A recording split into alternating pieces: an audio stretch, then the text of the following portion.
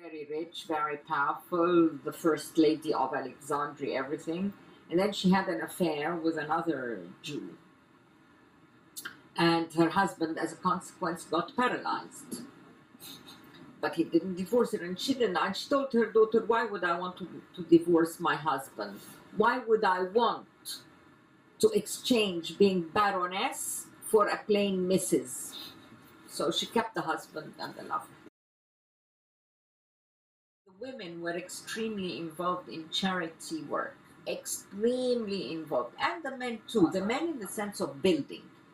And the women did fundraising, they'd organize the charity balls, and everybody would go to everybody else's.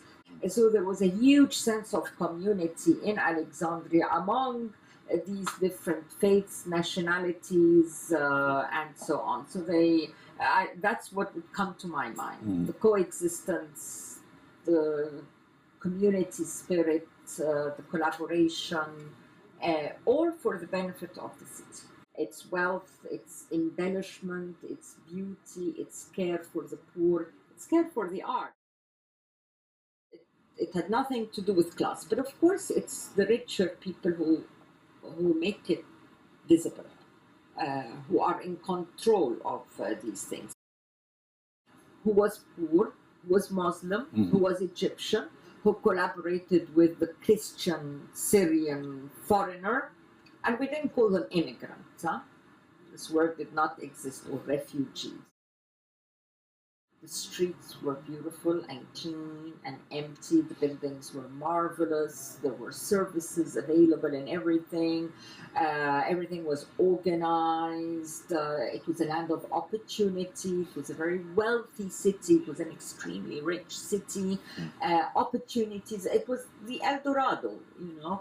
And of course, this tolerance and diversity and pluralism. So there is a horrible sense of loss. Today we have this sense, and especially for the people who lived it. The people who lived it, it is a real pain. And there's a nostalgia for the black and white movies, because people looked so pretty and decent, and we miss this in the midst of all this ugliness that we're living in, and of course the difficult economic conditions that we're going through, and of course the intolerance, the intolerance of the other. Regarding the younger generation, I think the younger generation are totally unaware. They are clueless. They have no idea about their recent history.